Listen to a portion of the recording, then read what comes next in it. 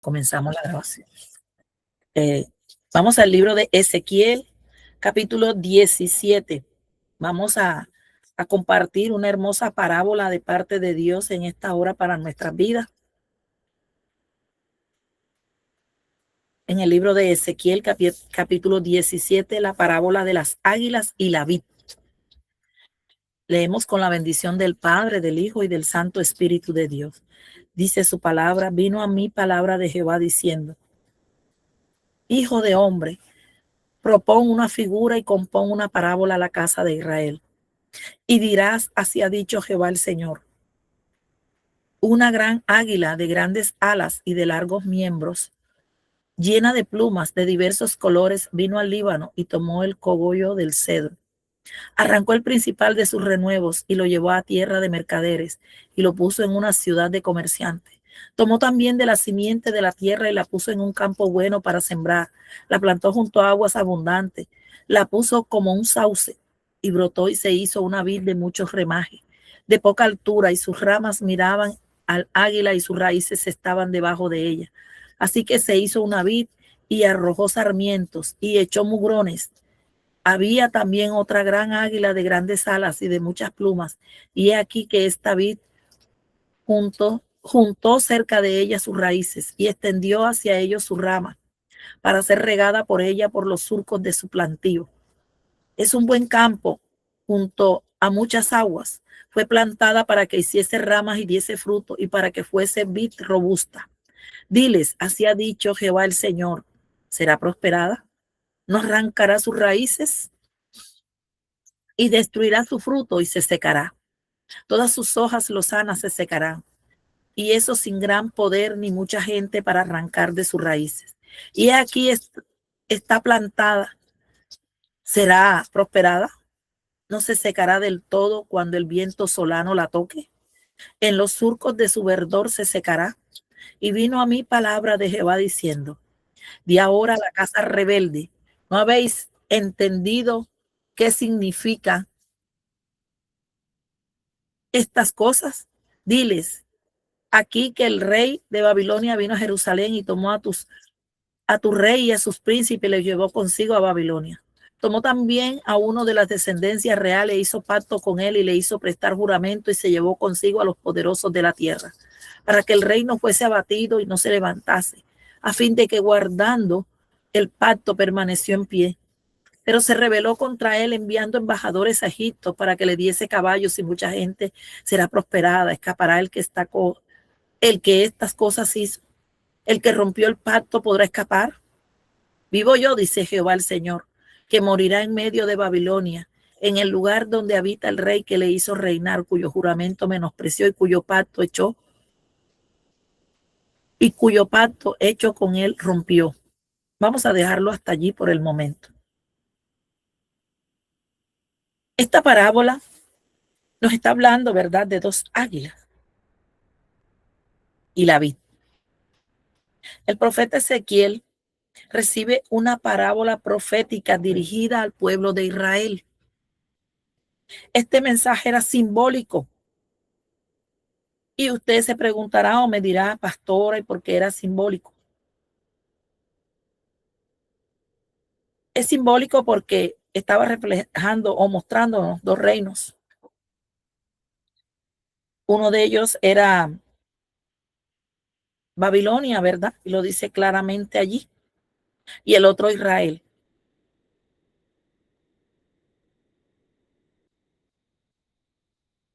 Nos especifica lo que el Señor claramente le dijo a Ezequiel, al profeta, de lo que él estaba hablando, de lo que él estaba mostrando, ¿verdad? Dios es bueno.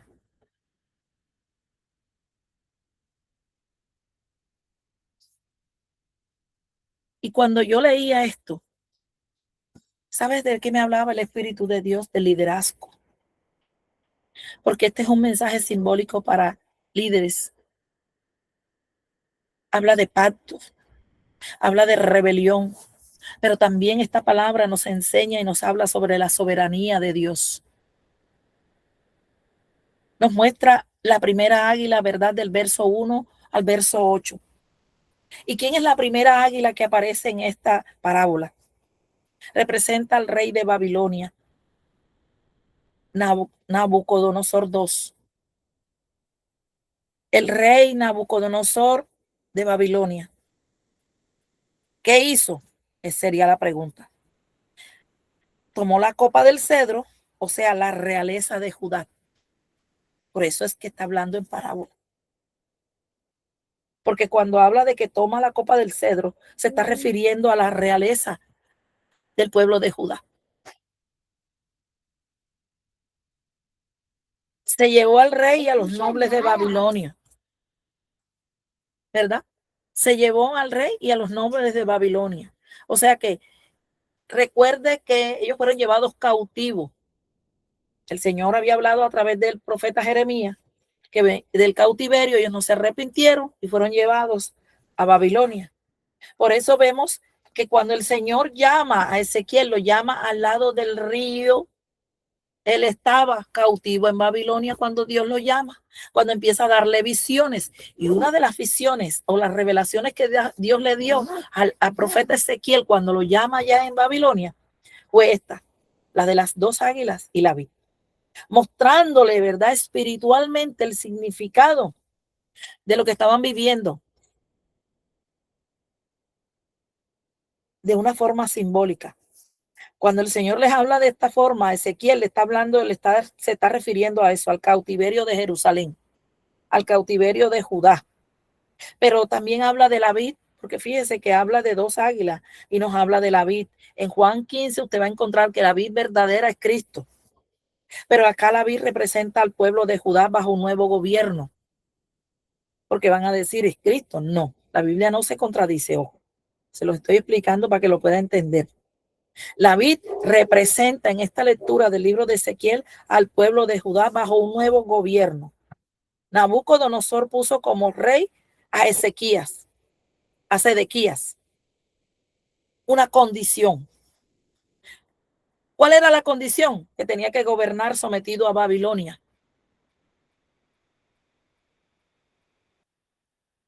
Que tenía que permanecer fiel al pacto. El pacto era ese, un pacto legal, aunque no era perfecto, pero era legal. Entonces, la segunda águila que nos muestra del verso 9 al verso 10 representa a Egipto y su faraón, Ofra. La pregunta es, ¿qué hizo la vid? La vid buscó ayuda en Egipto en vez de permanecer en el pacto con Babilonia. Y ese fue un error. Eso se llama rebelión, traición, ruptura del pacto. El problema, ¿verdad?, de romper el pacto es que Dios no aprueba a Babilonia. Pero ¿sabes qué así demanda Dios? Fidelidad a los pactos establecidos. Es algo que Dios demanda. Y vemos en el verso 15 que dice que Sedequías rompió el acuerdo y buscó otra alianza, ¿verdad? Lo dice allí en el verso 15. Pero se rebeló contra él, enviando embajadores a Egipto para que le diese caballos y mucha gente. ¿Será prosperado? ¿Escapará el que estas cosas hizo? ¿El que rompió el pacto podrá escapar? Si ve, rompió el acuerdo que tenía con Babilonia. Recuerde que el proceso de Israel, el cautiverio, los 70 años vividos en Babilonia era un propósito de Dios para preservar al pueblo de Israel. No todo fue malo, fue estrategia de Jehová, de Dios. Sí, tenían que pagar la consecuencia de un pecado, pero también una estrategia de Dios para conservar el linaje de Israel. Acuérdese que esa es la promesa, esa es, ¿verdad?, la nación escogida por Dios, esa es la nación que Dios ama, esa es la niña de los ojos de Jehová, Israel. En este caso, ¿verdad? Se acuerda que se habían dividido también las tribus en dos, el reino del sur y Judá, que era el del norte. En este caso estábamos hablando de Judá, ¿verdad? Judá, que fue la que fue llevada. Este rey viene y anula el pacto. Y les repito, Dios honra los pactos, o sea, demanda fidelidad a los pactos establecidos. Ese es un principio espiritual. Romper pactos trae consecuencias. Si hablamos del matrimonio, cuando hay divorcio, es que uno de los dos rompió el pacto matrimonial. Allá en Malaquías capítulo 2, versos del 14 al 16, ¿verdad? Se dice que no solamente rompe el pacto, sino que, ¿verdad? Hay un testigo. Y eso a Dios no le agrada. Entonces, ojo con eso, porque hay quienes aconsejan que usted se puede separar porque ya está cansada de ese hombre y volverse a casar. Ojo con eso, porque está anulando un pacto que viene de parte del cielo. Solamente Dios tiene que dirigirte. Solamente Dios tiene que guiarte. Aunque muchos lo han hecho y no ha pasado nada, aparentemente. Pero todo tiene consecuencia en Dios. Y vamos a verlo a través de esta palabra. Las consecuencias del incumplimiento del verso 16 al verso 21. Dios declara, ¿verdad? Sedequías morirá en Babilonia. Mire, la consecuencia de haber roto un pacto. O sea que ese pacto que Babilonia había hecho con Sedequías, con el rey de Judá, venía de parte de Dios. Sedequías lo rompe buscando otro pueblo, Egipto. Y ahora el Señor declara, Sedequías morirá en Babilonia. Su ejército sería derrotado. Jerusalén sufriría juicio. Habían desobedecido, habían pecado, habían sido llevados cautivos por un pecado y ahora, imagínense, le iban a sumar romper una alianza, un pacto con Dios. Y eso no fue solamente política. Esto fue legalidad espiritual. Acuérdese que estábamos hablando a mediodía de lo que es una legalidad espiritual. Bueno, imagínense, con anular ese pacto, Sedequías cedió a la legalidad espiritual que tenía. Porque el problema no fue solo la estrategia. El problema fue la desobediencia de Sedequías al pacto. Qué tremendo, ¿verdad? Escudriñemos la palabra del Señor. La promesa final, ¿verdad? La vemos aquí en el verso 22 al 24. Y aquí cambia todo. Porque Dios mismo, ¿verdad? Dice, yo tomaré del cogollo del cedro. Recuerde que les había dicho, ¿verdad? Al comienzo que el cedro era la realeza de Judá. Recuerde, cuando él tomó la copa del cedro, les dije, simbolizaba la realeza de Judá. Ahora vemos aquí a Dios hablando, ¿verdad? Y Dios cambia todo. Dice, yo tomaré del cogollo del cedro. Esta era una profecía mesiánica que Dios estaba dando. ¿A quién apuntaba este pacto? A Jesucristo. Entonces ahora Dios promete plantar un nuevo reino, levantar un árbol firme, dar refugio a muchas naciones. Santo, mi alma te alaba. Ahora el Señor, ¿verdad? Está prometiendo un reino eterno, no político, sino espiritual. Lindo la palabra del Señor. Esto nos enseña que Dios toma en serio los pactos. No se pueden romper acuerdos sin consecuencias, iglesia. Y que la desobediencia abre puertas de juicio.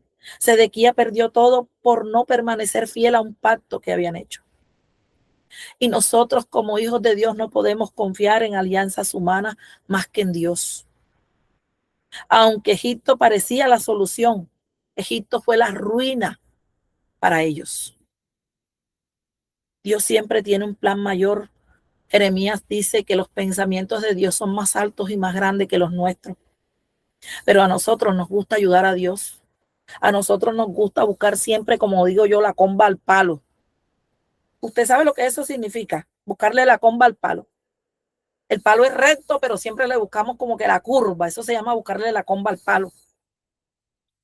Porque no nos parece que tiene que ser recto, sino que hay que buscarle la comba. O sea, donde se acomode la situación. No necesitamos hacer eso.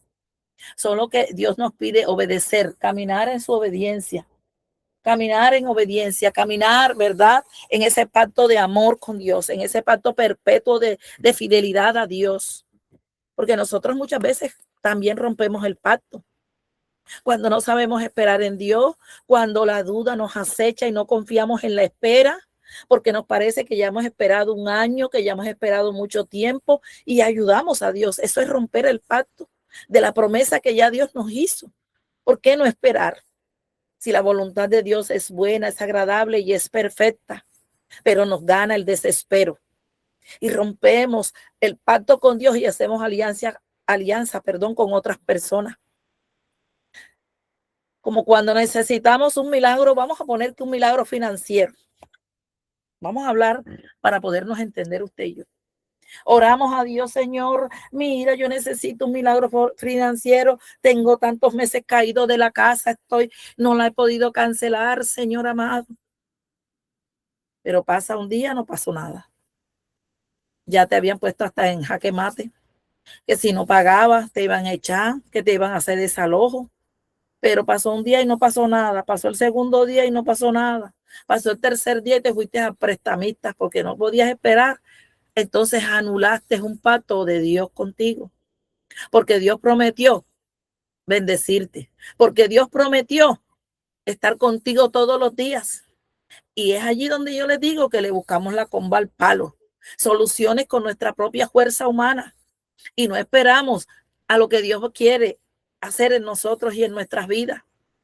Y eso es lo que con nosotros, como hijos de Dios, muchas veces atrasamos el proceso por no saber esperar, por no saber confiar en Dios, por no saber entender los tiempos de Dios.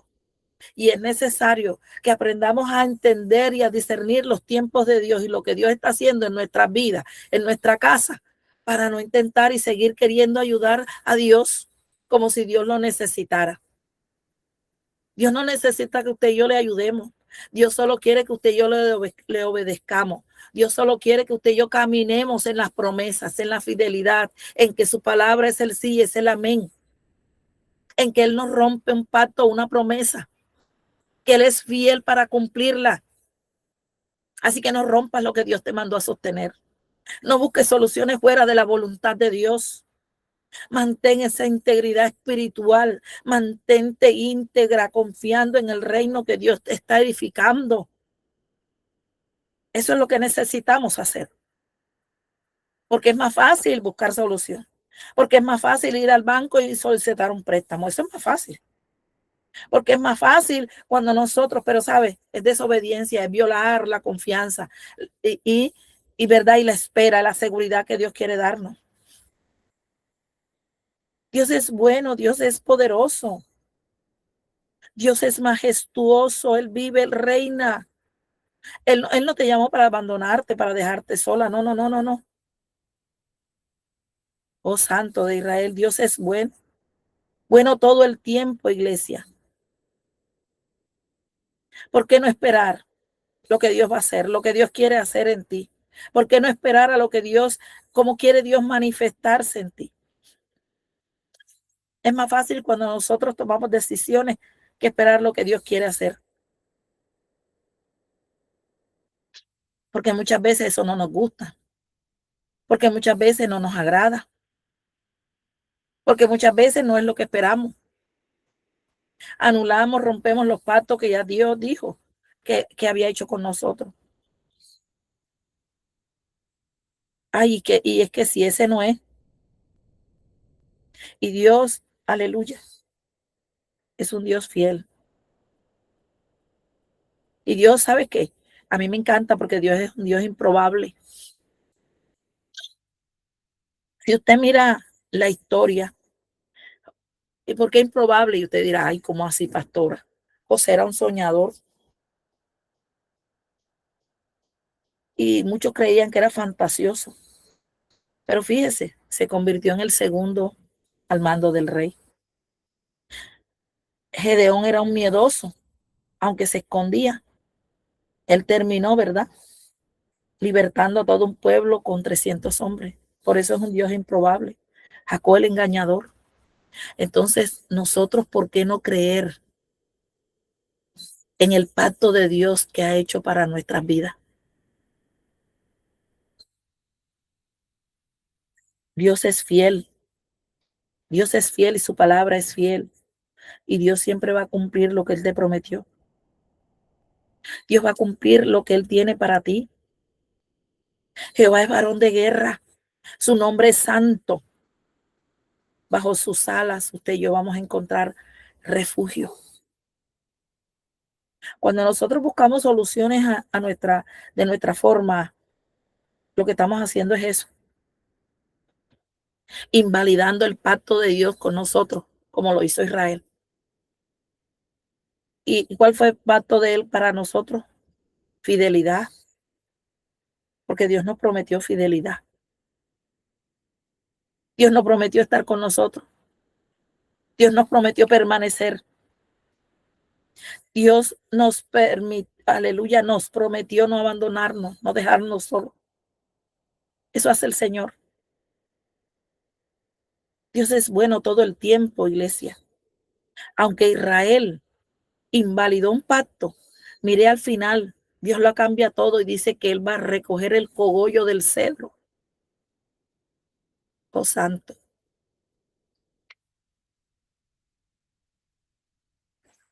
perdón. Dios es bueno. Él es maravilloso. El libro de Ezequiel nos enseña, aleluya, la bondad, la misericordia de Dios. O porque Él es fiel y Él es bueno. Ezequiel nos presenta una parábola, ¿verdad? Explicando la traición del rey Sedequías de Judá contra Babilonia al aliarse con Egipto. Y Dios juzga esta infidelidad, anunciando la caída de Jerusalén. Pero fíjese, el capítulo termina con una promesa mesiánica. Dios plantará un retoño, el Mesías, que se iba a convertir en un reino eterno y seguro. Entonces, ¿qué podemos ver aquí? Que la primera águila que representaba a Nabucodonosor, ¿verdad? Quien tomó el cogollo del cedro, o sea, el rey Joaquín, y planta una vid en tierra fértil, haciéndolo un rey vasallo. Pero la segunda águila fue Egipto, representaba al faraón, a la lealtad y el pacto roto con Sedequías cuando él buscó ayuda en Egipto. Y esta ruptura de ese pacto, Dios considera la rebelión. La rebelión es un espíritu que no le agrada a Dios. No solo una falta de respeto o una falta política, sino la traición a un juramento hecho en su nombre. Y esto fue lo que trajo juicio a la vida de este varón. Sedequías y Judá se secará y será arrancada. O sea que el rey iba a morir en Babilonia. Pero había una promesa de esperanza. Dios prometió tomar una tierna ramita del alto del cedro y plantarla en un monte alto, simbolizando la restauración de la casa de David a través de un reino espiritual y eterno. Así que este capítulo nos subraya la fidelidad de Dios a ese pacto, incluso cuando el pueblo es infiel, y la soberanía sobre las naciones y la historia, incluso aun cuando no lo merecían, aun cuando no lo merecían. Y es precioso, ¿verdad? Oh, bendito Dios. Cuando nosotros, aleluya, miramos esto desde el punto de vista en que Dios quiere que lo miramos. No es fácil para un hijo de Dios anular el pacto, romper el pacto y no tener consecuencias. Ojo con esto, iglesia. Dios se complace, aleluya, de aquellos que le obedecen. Oh, porque Dios es bueno.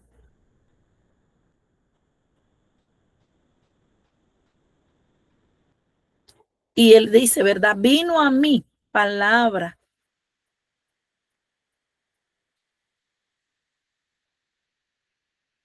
de Jehová. Este texto nos enseña, ¿verdad? Lo que el Señor quiere que nosotros veamos. Tenemos que entender lo que el Señor dice, porque Dios no siente el más mínimo agrado al ver morir a alguien. La muerte para Él, ¿verdad? Dios no había planeado eso, la muerte para la humanidad, pero fue el pecado el que lo trajo. Y a este rey por la desobediencia que había hecho. Todo eso, ¿verdad? Por no escuchar atentamente la voz. Y fíjese que cuando habla de como un águila, ¿verdad? Cuando despega esas alas trayendo ahora a Moab, y también podemos verlo allí en el capítulo 49 de Jeremías, el versículo 22, donde él dijo, como un águila subirá y volará y desplegará sus alas contra Bosra. Aquel día el corazón de los valientes de Don serán como el corazón de una mujer en angustia. El profeta Daniel vio al imperio de Babilonia levantándose del mar y vio que tenía una forma de un león como de alas de águila, lo dice Daniel 7:4. O sea, en consecuencia, lo que tenemos es una figura de Nabucodonosor, el rey de Babilonia, que iba a venir contra el retoño más alto de un árbol. Pero ¿cuál era ese árbol? La nación de Israel, específicamente la casa real de David. Ella iba a ser cortar, Nabucodonosor iba a cortar y destruir. Y esto fue concretamente lo que hizo el rey Sedequías cuando rompió el pacto. Permitió que él tuviera la legalidad de anular y romper. Aleluya. Eso. Y aunque Egipto era una gran potencia en aquel tiempo, Sedequías había sido puesto en el trono por Nabucodonosor. Así que ellos habían establecido ese pacto. Y aunque él lo rompe, entonces ahí vemos cómo quedó reflejado que las ramas se habían extendido hacia Egipto. La vid estaba plantada en el terreno de Egipto, procurando obtener fuerza de ese país, pero no había ninguna fuerza porque este iba a caer. Nabucodonosor conquistó a Egipto, la destruyó y la convirtió en súbdito suyo. Lo dice, ¿verdad? Allí en los versículos 12 al 15 del capítulo 17, cuando dice, di ahora a la casa rebelde. ¿No habéis entendido qué significan estas cosas? Diles, he aquí el rey de Babilonia vino a Jerusalén y tomó a su rey y a sus príncipes y los llevó consigo a Babilonia. Allí usted le puede leer. Entonces lo interesante fue que Nabucodonosor cumplió con su parte del pacto. El pueblo de Dios rompió el pacto, pero esta nación pagana cumplió su parte en el acuerdo. A veces las congregaciones cristianas, ¿verdad? Allí va uno y encuentra personas, llevan sus Biblias, pero sus corazones se encuentran lejos de Dios. Y de pronto podemos creer que lo que dicen, o por otra parte, ¿verdad? Hay unos que ellos mismos se autoproclaman salvos, aunque no son salvos, porque no son personas íntegras. Y Dios dice que Él va a juzgar toda consecuencia. Dios le dijo, no son salvos. Lo que estamos diciendo, de pronto a nosotros no nos gustaría escuchar, porque, ay, Dios es un Dios de amor, sí, un Dios de amor, pero un Dios que castiga la consecuencia del pecado. El Señor no estaba acusando las vidas. Ellos habían escogido y con toda seguridad Dios los juzgaría. Pero mire el versículo 24 de Ezequiel 17, dice, y sabrán todos los árboles del campo que yo el Señor abatí al árbol sublime, levanté el árbol bajo, hice secar el árbol verde e hice reverdecer el árbol seco. Yo el Señor lo he dicho y lo haré. A veces Dios permite a una nación impía que acose y hasta destruya a un pueblo que afirma ser pueblo de Dios, aunque sea apartado de él. Porque así la situación, ¿verdad? La vemos actualmente. Y el mundo pide una paz muy relativa, inestable. Se vive con enormes tensiones en muchos pueblos. Pero Dios no puede pasar por alto el pecado. Y hoy se los digo, Dios habrá juicio. Dios hará juicio con las naciones. Dios hará juicio porque Dios está airado con todo lo que las naciones hacen. Rompieron el pacto aún en la actualidad. Han roto el pacto con Dios. Por eso es que usted y yo como iglesia necesitamos levantarnos. Por eso es que usted y yo como iglesia debemos vivir en ese pacto perpetuo con Dios, con temor, con reverencia, con obediencia. ¿A qué Dios le estamos sirviendo? Por eso es que debemos esperar y confiar que cada promesa que Él nos dio, Él la cumplirá en el tiempo que Él designó. No tratemos de ayudar a Dios. No tratemos de anular el pacto que Dios hizo con nosotros, un pacto de amor, porque Él entregó a su Hijo por amor a nosotros. Porque Él quiere que permanezcamos. ¿Usted cree que el plan de Dios era que el mundo esté hoy en la iglesia y luego se salga y haga lo que le da la gana? Ese no es el plan de Dios. El plan de Dios ha sido, es y será la salvación de la iglesia, del pueblo escogido. Ese es el plan de Dios. Y nosotros debemos entender esto, porque Dios no piensa solo en individuos, Dios también piensa en naciones. Y la iglesia tiene una responsabilidad global. Estamos llamados. Dice Ezequiel que Dios busca a alguien que se ponga en la brecha. Oh Santo de Israel, Dios es bueno, Dios es precioso. Y la iglesia tiene que pararse en la brecha, entender y no anular el pacto de Dios, sino a vivir en ese pacto, a caminar en obediencia, porque el pacto es pacto de legalidad y entonces ahí el reino permanece. Dios habla a través del profeta usando una parábola y esto no es una historia, es un mensaje espiritual. Revela cómo funcionan los pactos y la legalidad en el reino. Nosotros tenemos que tomar decisiones correctas porque de no vamos a enfrentar consecuencias legales y espirituales.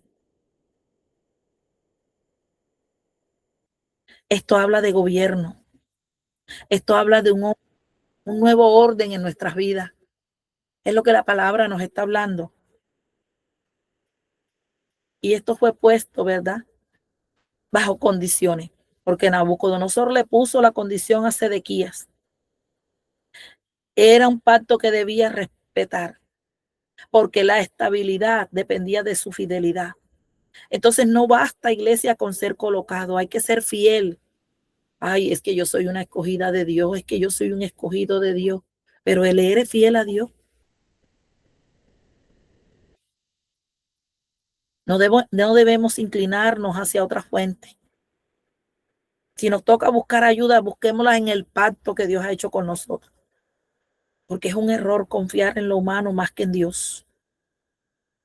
Ay, no es que esa es mi gran amiga y yo puedo confiar, sí, yo no te estoy diciendo que no, pero primero ves a la fuente, pero primero busca a Dios, no rompas el pacto, porque Dios toma eso como una falta grave.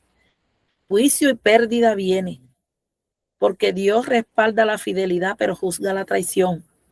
Entonces Dios, ¿verdad? Al final va a establecer un reino eterno, la profecía de Jesucristo. Dios planta un nuevo cedro, crece y se convierte en refugio. Abarca todas las naciones, porque el reino de Dios es firme, es eterno, es inconmovible. La legalidad espiritual es real. Los pactos deben respetarse. Las alianzas incorrectas destruyen. Y Dios siempre tiene un plan mayor para nuestras vidas. Debes evaluar tus pactos y compromisos. Debes permanecer fiel a lo que Dios te entregó. No busques soluciones fuera de su voluntad, iglesia. Confía en el reino que Dios está levantando en tu vida, en tu casa, en tu familia, en el ministerio que te entregó.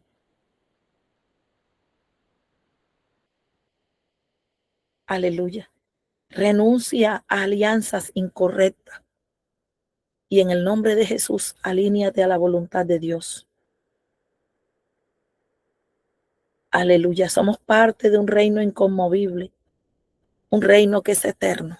Usted y yo no pertenecemos a este mundo. Usted y yo pertenecemos al reino celestial.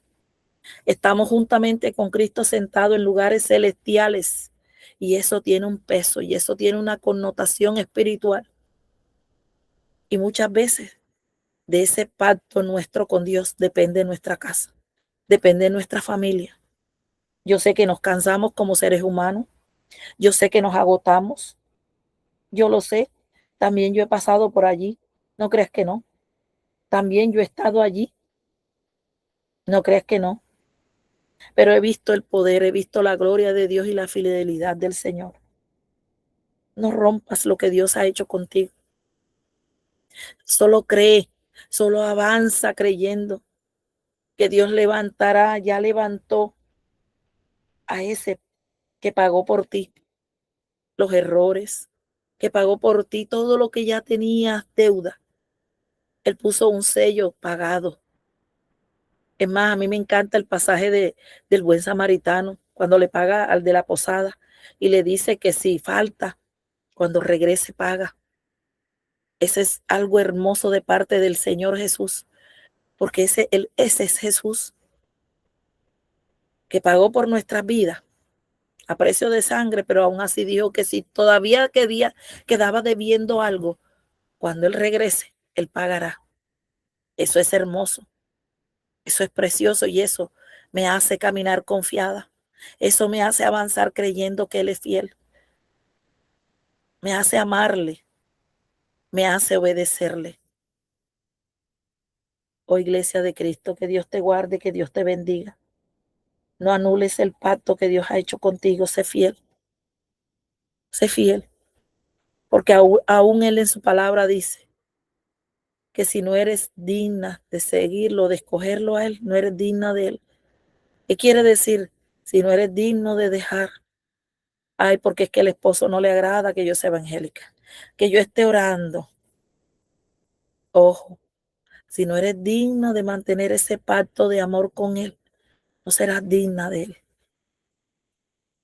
Dios te guarde y te bendiga y la paz del Señor contigo. Hoy se que te releve, leve. Hoy sotorria ría lava kenda. Oh Santo de Israel, te adoramos. Oh precioso Dios, te bendecimos. Oh Dios, hoy renunciamos, Dios, a todo aquello que no venga de ti. Hoy, Señor, delante de tu presencia estamos, creyendo que tú eres bueno y fiel. Oh Señor, creyendo que tu amor y tu misericordia, Señor, están con nosotros, Padre, en el nombre poderoso de Jesús. Creemos, Señor, que tú eres bueno. Creemos, Señor amado, que tú eres el Dios todopoderoso. Creemos, Rey eterno, que tú bendices nuestras vidas. Creemos, Señor amado, que el pacto que tú has hecho con nosotros, como dice tu palabra, es hasta 1000 generaciones. Oh Señor, que tú seguirás levantando, que tú seguirás afirmando nuestra casa, nuestras vidas, nuestro ministerio. Que tú, Señor amado, oh bendito Dios, cumplirás lo que tú has pactado con nosotros. En el nombre poderoso de Jesús, Señor. Oh Padre, yo te doy gracias. Enséñanos a ser fiel. Guárdanos de romper pactos, de tomar decisiones fuera de tu voluntad y de no confiar, Señor, en ti. Ayúdanos, Señor. Alinea nuestra vida a tu reino. Haznos firmes como ese árbol que tú plantas. Te lo pedimos, Señor, en el nombre poderoso de Jesús. Oh Señor, y te damos gracias. Gracias por este tiempo, por esta vigilia.